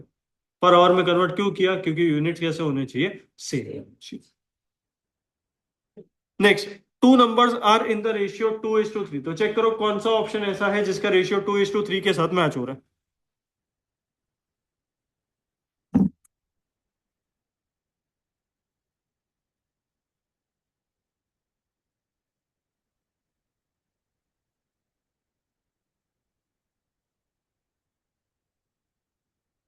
अरे, तीनों के तीनों पहले में से 8 कॉमन निकालूंगा तो 2:3 हो जाएगा, दूसरे में से 2 कॉमन निकालूंगा तो भी 2:3 हो जाएगा। तो तीनों के तीनों ऑप्शन पहली कंडीशन तो सेटिस्फाई कर रहे हैं। उसके बाद बोला है 4 be subtracted from each। इसका मतलब क्या हुआ? 4 माइनस करना है, किस में से माइनस करना है? जो भी नंबर्स है उसमें। तो 16 में से अगर मैं 4 माइनस करूंगा तो 12। 24 में से 4 माइनस करूंगा तो 20। 12/20 बचा, और नया रेशियो क्या आना चाहिए था? चेक करो, 12/20 और 3:5 क्या सेम आता है कि नहीं आता?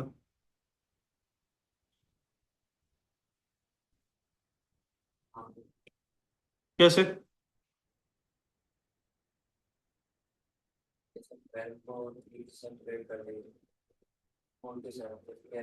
करेक्ट, 4 into 3 12 आ जाएगा। फिर 20 को 5 के साथ डिवाइड करेंगे, 4 के साथ। जो भी डिवाइड कर रहे हैं वो दोनों ऊपर नीचे सेम ही होना चाहिए। तो 4 into 5 भी 20 हो जाएगा। सो अल्टीमेटली हो जाएगा 3:5, जो कि क्वेश्चन में दिया हुआ है। So option A will be your correct answer. समझ आ रहा है क्या किया? Yes no? Yes. फिर डिवाइड 80 इंटू टू पार्ट्स, तो टोटल दोनों पार्ट मिला के कितना बोला है?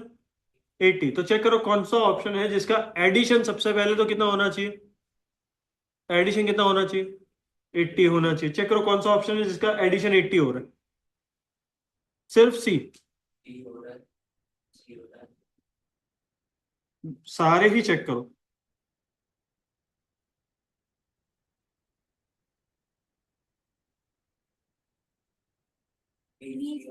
बी सी डी हो रहा है, ए नहीं होगा क्योंकि ए का एडिशन तो 50 होने वाला है, तो ए तो हमने निकाल दिया। बी सी डी बचा। दूसरा कंडीशन बोला है their product is maximum. Product का मतलब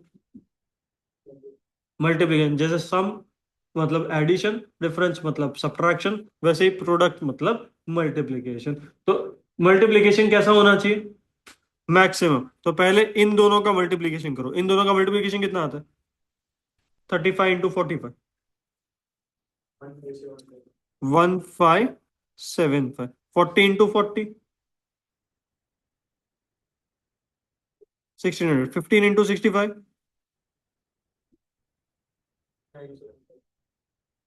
975। ये तीनों में से मैक्सिमम किसका आया? 40 × 40। समझ आ रहा है क्या किया? अगर मिनिमम पूछा होता तो 975। कौन सा ऑप्शन आता? डी। क्लियर है यहाँ पे? Next, the ratio between the speeds of two trains is.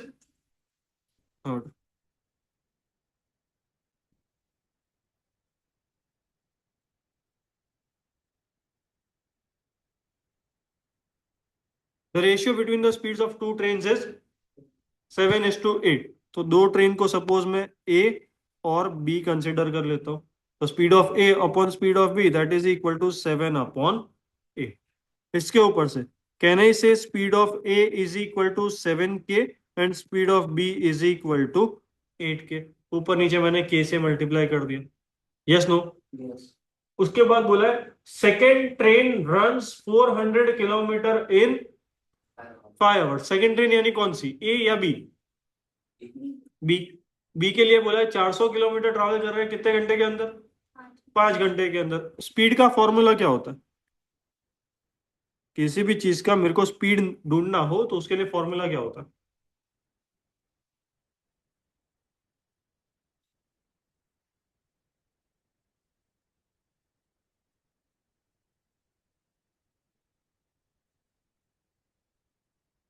अगर आप 100 किलोमीटर ट्रैवल किया 20 घंटे के अंदर, तो आपका जो स्पीड है वो कितना हो जाएगा?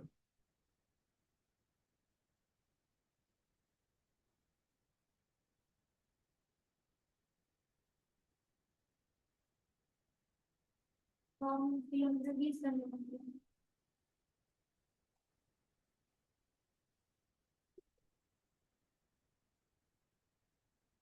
मतलब 5 घंटे में 10 किलोमीटर। 100 किलोमीटर 20 घंटे के अंदर।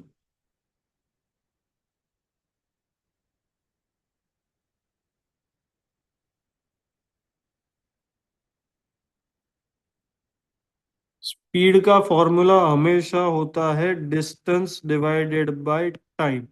कितना डिस्टेंस ट्रैवल किया और उसके सामने आपने कितना टाइम लिया। तो इस केस के अंदर जो सेकेंड ट्रेन है उसने कितना डिस्टेंस ट्रैवल किया था? 400। 400। तो speed of B that is equal to 400 divided by time. कितना लिया था उसने? 5 आवर्स। 400/5 करोगे कितना आएगा? 80। तो speed of B is equal to 80। Speed of B आपके हिसाब से आपने कितना अज्यूम किया था?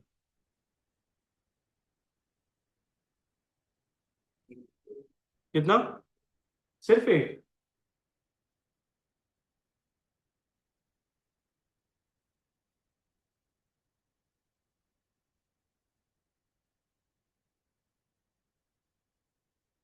यहाँ पे स्पीड ऑफ बी हमने कितना, वो तो दिया हुआ था डिस्टेंस है, वो स्पीड थोड़ी है। स्पीड ऑफ ए और स्पीड ऑफ बी का रेशियो दिया हुआ था 7:8। उसके ऊपर से अपने स्पीड ऑफ ए कितना लिया था, स्पीड ऑफ बी कितना लिया था? सॉरी, 7 के और 1 करेक्ट। स्पीड ऑफ ए आपने लिया था 7 के, स्पीड ऑफ बी आपने लिया था 8 के। अभी मेरा स्पीड ऑफ बी आया कितना? 80। तो क्या मैं ऐसा लिख सकता हूँ कि 8 के का वैल्यू 80 आया, क्योंकि ओरिजिनली मेरा 8 के था स्पीड ऑफ बी, और अभी मैंने कैलकुलेट किया तो कितना आया? 80 आया।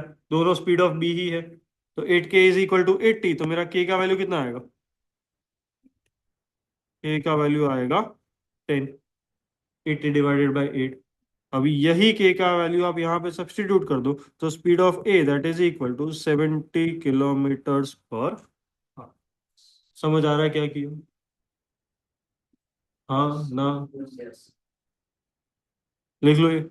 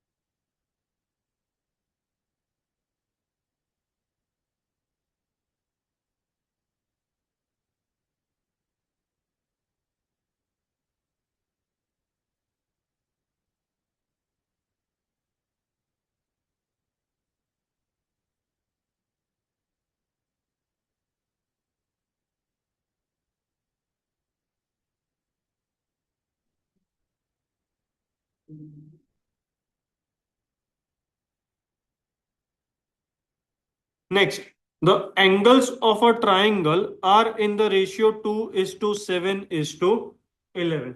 ट्राइंगल के तीनों एंगल का एडिशन मिला के टोटल कितना होना चाहिए?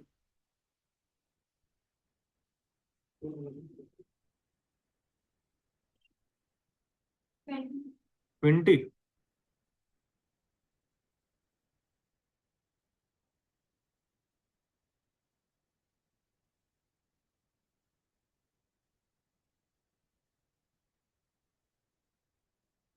कोई भी ट्राइंगल होता है 360, वो तो सर्कल हो गया फिर।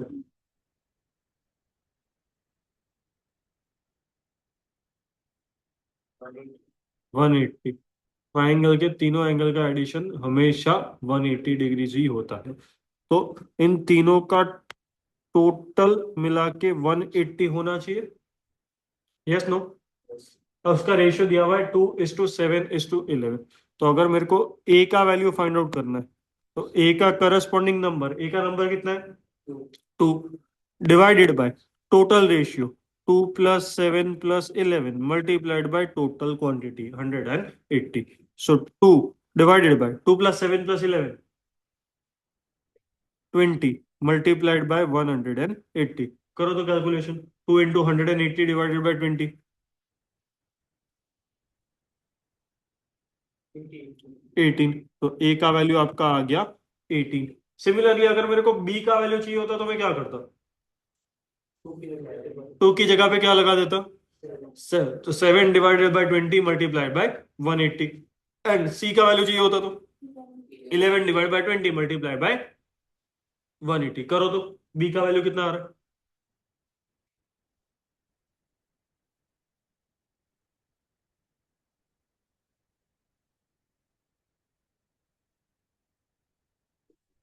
63। बी का वैल्यू आएगा 63 और सी का वैल्यू 99। ऑप्शन कौन सा है? सी। समझ आ रहा है क्या किया?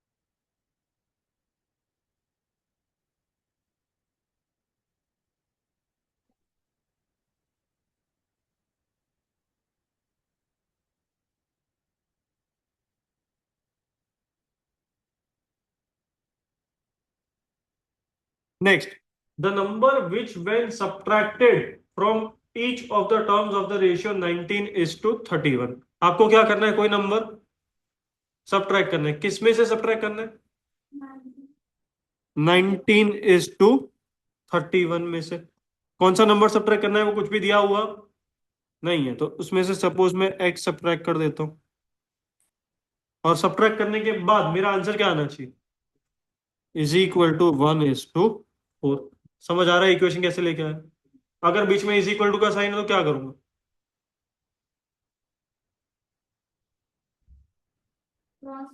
क्रॉस मल्टीप्लीकेशन कर दो। 19 × 4, कैलसी पे कैलकुलेट कर, मेरे को थोड़ी याद है।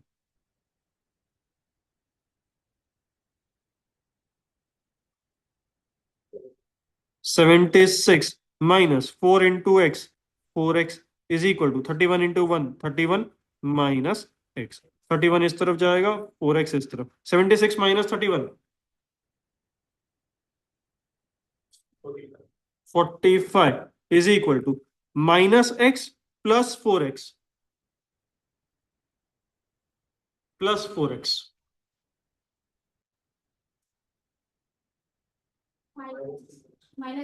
-3x कैसे आएगा, 3x ही होगा। सिर्फ 3x आएगा।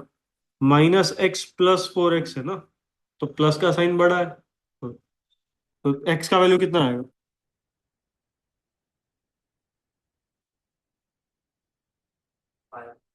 5, 15।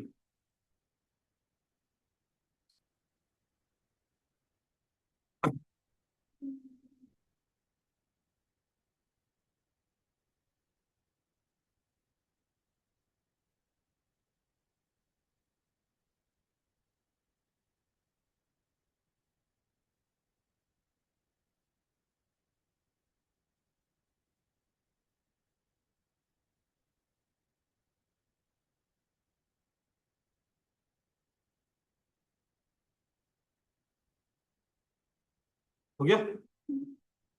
9, salaries of A, B and C are in the ratio 2:3:5। इसके ऊपर से मैं ऐसा लिख सकता हूँ, A का सैलरी है 2K, B का सैलरी होगा 3K और C का सैलरी होगा 5K। रेशियो को मैंने K से मल्टीप्लाई कर दिया। उसके बाद बोला है increments of 15, 10 and 20% are allowed respectively in their salaries. Increment का मतलब क्या होता है, सैलरी बढ़ रही है, ठीक है, बढ़ रही है तो मैं प्लस करूंगा या माइनस करूंगा, प्लस करूंगा। सो ए डैश इज इक्वल टू, ए का ओरिजिनल सैलरी कितना था, 2K, उसमें कितने परसेंटेज बढ़ा, तो 2K plus 15% of 2K, yes no. 15 का 2% निकालो, सॉरी 2 का 15% निकालो, तो ये हो जाएगा 2K plus 0.3K, 2K plus 0.3K, 2.3K। तो ए का बढ़ा हुआ सैलरी तुम्हारा आ गया 2.3K। समझ आ रहा है क्या किया। Similarly B dash is equal to, B का ओरिजिनल सैलरी 3K, उसमें कितना परसेंटेज बढ़ा, तो 10% of 3K, 3K plus 10% of 3, 0.3, 3K plus 0.3K, that is equal to 3.3K। And similarly C dash, C का सैलरी 5K था, उसमें 20% increment हुआ, तो 5K प्लस 20%, तो ये हो जाएगा 5K प्लस के, that is equal to 6K। A का नया सैलरी आया 2.3, बी का आया 3.3, सी का आया 6। आपको क्या पूछा है, what will be the new ratio of their salaries, तो तीनों का नया रेशियो ले लो, A dash is to B dash is to C dash. 2.3K, 3.3K, 6K, के तो कैंसिल हो गया। अभी देखो ऑप्शन में कहीं भी पॉइंट नजर आ रहा है, नहीं है, तो यहां से मेरे को पॉइंट हटाने के लिए मल्टीप्लाई पे क्या करना पड़ेगा, अगर पॉइंट के बाद एक डिजिट है तो मल्टीप्लाई बाय 10, पॉइंट के बाद 2 डिजिट होते हैं तो मल्टीप्लाई बाय 100। तो सभी को 10 से मल्टीप्लाई कर दो तो आंसर क्या आएगा, 23:33:60, क्योंकि 6 को 10 से मल्टीप्लाई करूंगा तो 60 हो जाएगा। कौन सा ऑप्शन है, सी।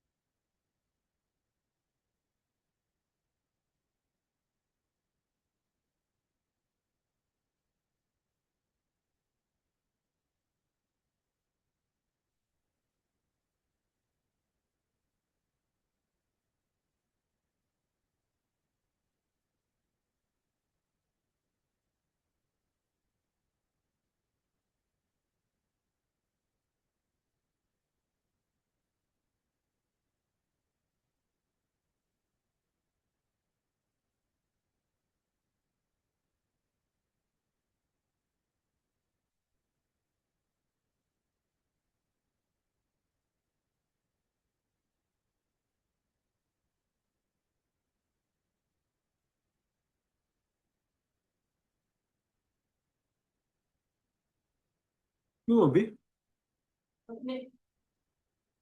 हम यहाँ पे पढ़ा नहीं आते हैं। लेकिन इस वक्त क्यों? आज तो तुम्हारा दोपहर को लेक्चर है ना शायद, तो फिर इस वक्त क्यों? ये भी ठीक है।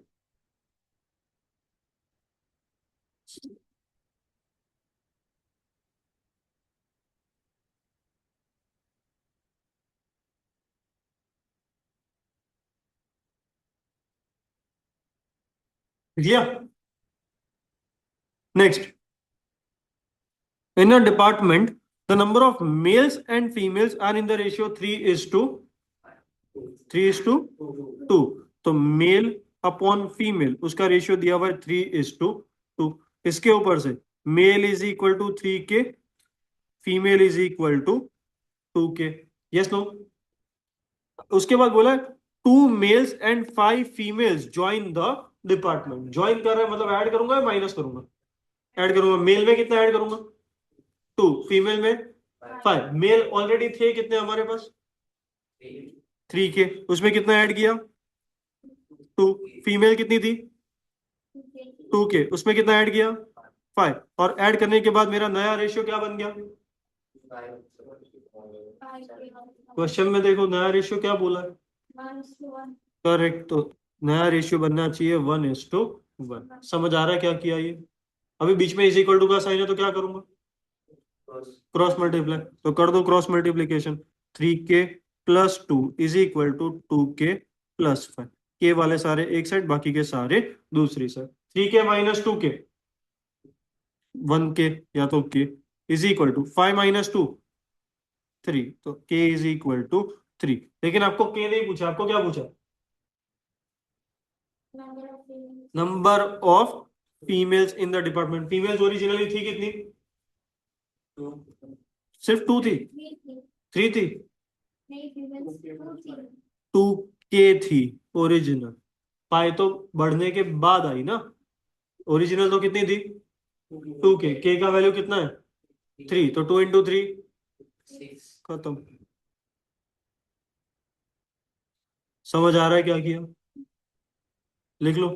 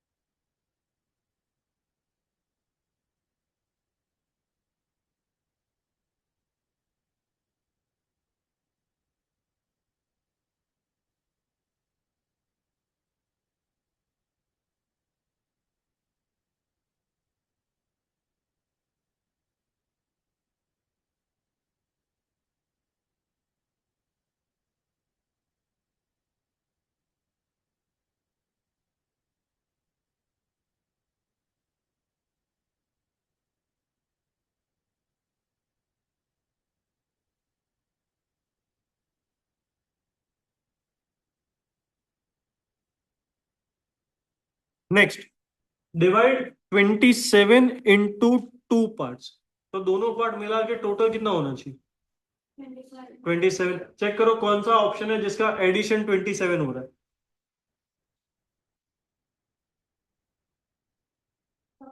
सभी का होगा, तो पहली कंडीशन के ऊपर से तो पता लगने वाला नहीं है।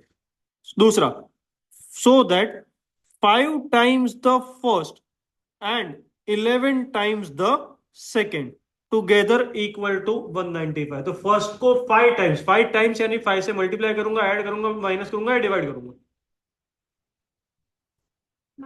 मल्टीप्लाई। 5 टाइम्स बोला हो तो हमेशा मल्टीप्लाई करते हैं, तो पहले को 5 से मल्टीप्लाई करना है, दूसरे को 11 से, और फिर वो दोनों को ऐड करूंगा तो मेरा आंसर क्या आना चाहिए? 195। पहले को 5 से मल्टीप्लाई करो, 17 इंटू 5 85, और दूसरे को 11 से मल्टीप्लाई करो, 11 इंटू 10 110। इन दोनों का एडिशन करो तो 195। चेक करो, मैच किया, कर दिया, तो option A will be your correct answer. समझ आ रहा है क्या किया? इसमें कोई डाउट? उसके बाद होमवर्क लिखो। मॉड्यूल 6 का क्वेश्चन नंबर 2, 3, 4, 5। मॉड्यूल 6 का क्वेश्चन नंबर 2, 3, 4, 5।